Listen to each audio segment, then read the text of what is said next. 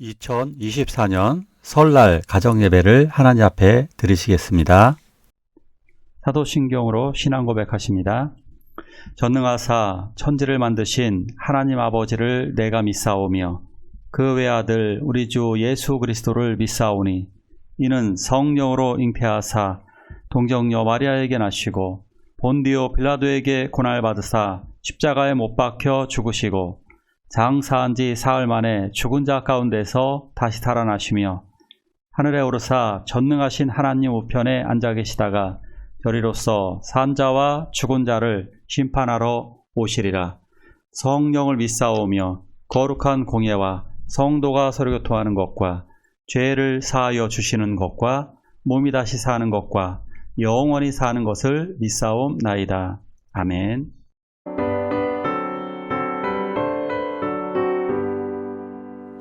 주는 나를 기르시는 목자요 나는 주님의 귀한 어린 양 푸른 풀만 맑은 시냇 물가로 나를 인도하여 주신다.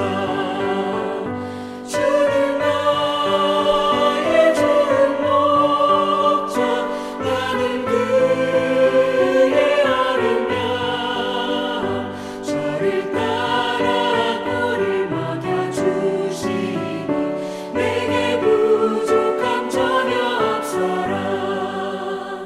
예쁜 새들 노래하는 아침과 너를 비키는 고운 언어네 사랑하는 나의 목자 음성이 나를 언제나 불러주신다. 주는 나의 좋은 목자 나는 그의 어린 양 저를 따라 꼴을 먹여주시니 내게 부족함 전혀 없어라. 못된 짐승 나를 밟지 못하고 거친 비바람 섞지 못하리. 나의 주님 강한 손을 펼치사 나를 주야로 지켜주신다. 주는 나의 좋은 목자 나는 그의 어린 양 저를 따라 꼴을 먹여주시니 내게 부족함 전혀 없어라.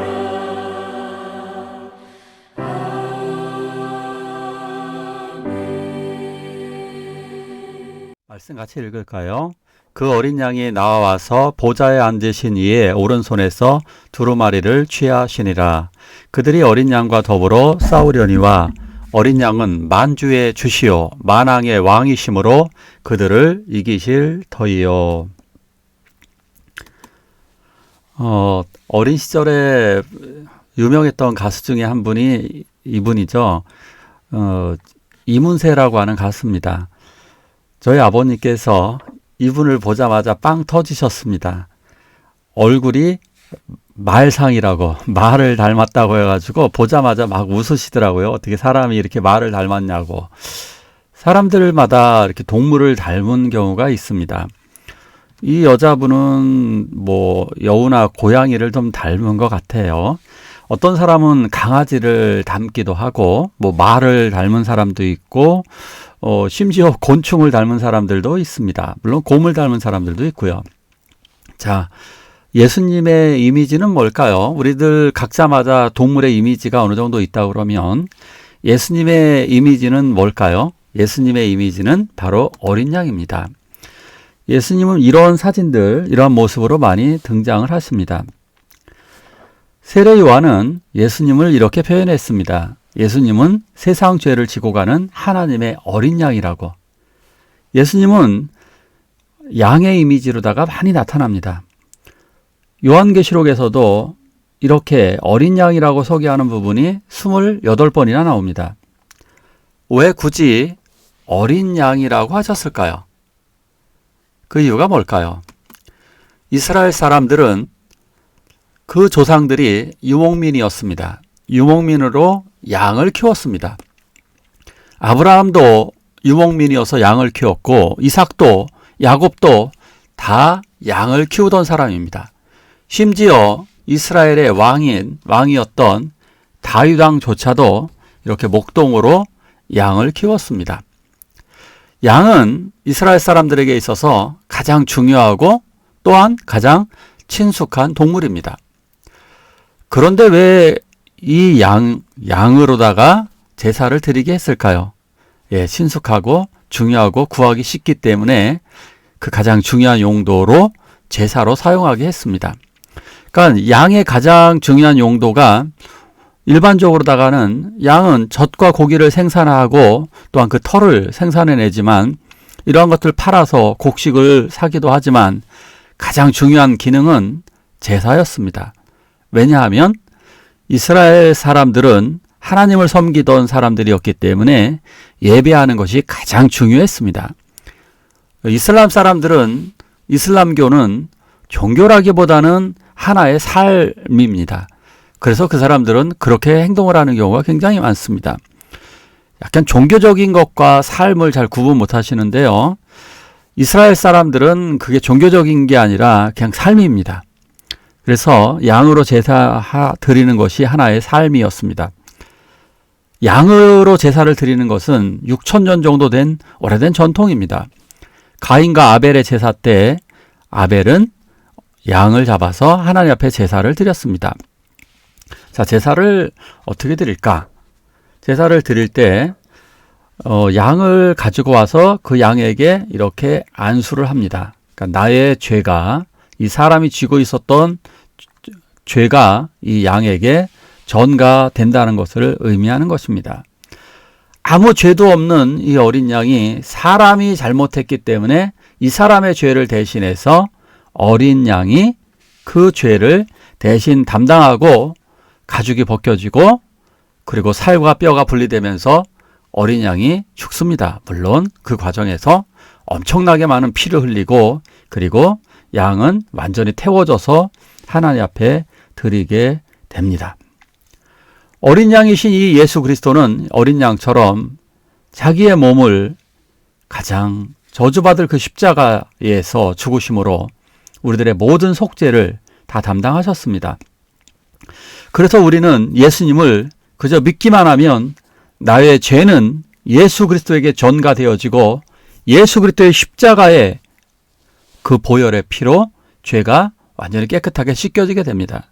그래서 우리들은 더 이상 죄인이 아니라 의인으로 인정받게 되는 것입니다. 이것은 바로 하나님을 의지하는 것, 하나님께 나를 부탁하고 전적으로 맡기는 것, 이러한 행위를 바로 믿음이라고 이야기하는 것입니다.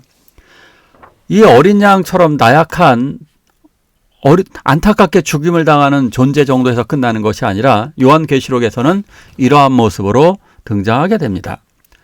어린 양은 보좌에 앉아 계시고 어린 양은 십자가에서 죽임을 당한 정도가 아니라 부활하셨고 하늘로 승천하셨습니다. 그래서 요한계시록에서 예수 그리스도는 아주 강력한 모습으로 등장하시게 됩니다.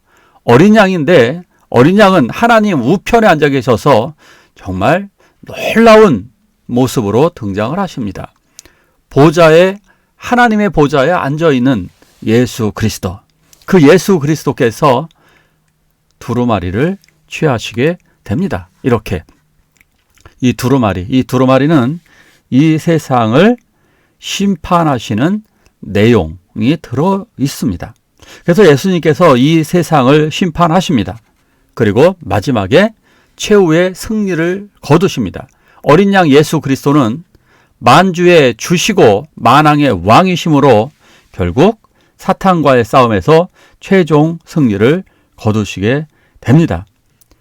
그러니까 예수님은 전능하신 하나님이시기 때문에 그런 최종 승리를 거두시게 되는 것입니다.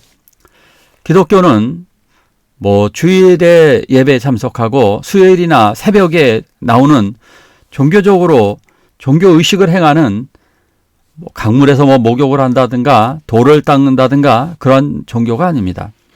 새벽 예배를 잘한다고 해서 그것이 믿음이 좋다, 꼭 그런 것은 아닙니다.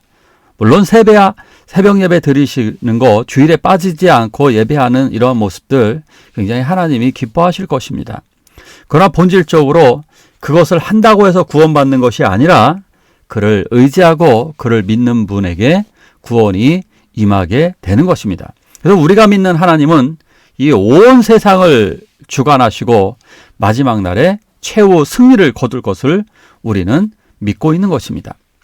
대한민국 사람들은 명절에, 이 설날에 부모님을 찾아뵙고 또한 고향으로 갑니다. 그래서 우리들은 또한 죽을 때 돌아간다고 표현을 하죠. 우리들은 죽음을 돌아간다고 표현하는 것은 결국 흙으로 돌아가기도 하고 우리가 고향으로, 우리의 영원한 고향인 천국으로 돌아가야만 하는 것입니다. 예수님은 그를 믿는 자, 의지하는 자를 구원하십니다. 어떤 분들은 이것에 대해서 잘 이해를 못하시는 분들이 있습니다. 아니, 어떻게 그렇게 나쁜 짓을 저지르고도 어떻게 믿음 하나만 가지면 구원받는다고 얘기하는지 이해를 못한다는 겁니다. 그럼 쉽게 하나 이렇게 설명을 해드릴게요. 우리가 이제 등산을 가는데 밤 늦은 시간입니다. 7, 8시 돼서 늦은 시간에 산에서 내려옵니다. 자, 그런데 어떤 어린아기나 어떤 할머니가 다리가 부러져서 내려오다가 실수로 낙상을 해서 다리가 부러졌습니다. 그래서 도움이 없이는 살아갈 수가 없습니다. 자, 산에서 내려올 수도 없습니다. 어떻게 하시겠습니까? 그 아이나 할머니를 업고 여러 사람이 함께 이렇게 내려오시겠습니까? 아니면 도와달라는 것을 외면하시겠습니까? 당연히 우리들은 외면하지 않냐고 어떠한 방법으로 밑에 달려내려가서 소방관에게 도움을 요청하거나 경찰관에게 도움을 요청하거나 어떻게든 우리들은 그 할머니나 그 아이를 도울 것입니다. 바로 이것이죠. 우리들이 당연히 우리들에게 도움을 요청하는 그분을 돕게 됩니다. 우리가 하나님 앞에서 하나님, 나를 살려주십시오. 나를 구원해 주십시오라고 주님에게 나의 모든 것을 맡기게 될 때에 하나님은 우리를 불쌍히 여기시고 우리를 구원하십니다. 우리들도 불쌍히 여겨주시는데 하나님은 인간을 불쌍히 여기지 않을 이유가 없습니다. 우리가 죄를 지었는지, 그 할머니가 죄가 있는지 없는지, 그 어린아이가 무슨 죄를 졌는지 중요한 것은 도움을 요청한다는 사실입니다. 우리는 하나님께 도움을 요청하셔야만 합니다. 하나님이 없이는 우리는 구원받을 수가 없습니다. 그래서 하나님께 나의 생명을 맡기는 것입니다. 우리는 이런 모든 행위를 믿음이라고 이야기합니다. 이 시간 우리 사랑하는 모든 가족들이 예수 그리스도의 피로 구원 얻기를 바랍니다. 그래서 우리 모두 천국에서 만나길 원합니다. 행복한 명절, 그것은 예수님과 함께입니다. 우리 함께 기도하시겠습니다. 참 좋으신 아버지 하나님, 사랑하는 가족들이 명절에 모여서 이렇게 예배를 드립니다. 우리들에게 좋은 가족들을 보내주시고 이렇게 살아갈 수 있는 모든 환경을 주심에 감사옵나이다. 우리가 여기가 끝이 아니라 돌아갈 하나님의 나라 천국에서 우리 사랑하는 가족들 모두 만나게 하여 주시옵소서. 이 땅에서 하나님의 은혜로 우리에게 닥친 어려움들을 해결되어지고 이기고 살아가게 하여 주시옵소서. 사랑하는 가족 식구들에게 평안과 축복을 내려 주시옵소서. 예수님의 이름으로 기도하옵나이다. 아멘. 주기도문으로 예배를 마치도록 하겠습니다. 하늘에 계신 우리 아버지여, 이름이 거룩히 여김을 받으시오며 나라가 임하옵시며 뜻이 하늘에서 이루는 것 같이 땅에서도 이루어지이다. 오늘날 우리에게 일용할 양식을 주옵시고 우리가 우리에게 죄지은 자를 사하여 준 것 같이 우리의 죄를 사하여 주옵시고 우리를 시험에 들게 하지 마옵시고 다만 악에서 구하옵소서. 대개 나라와 권세와 영광이 아버지께 영원히 있사옵나이다. 아멘.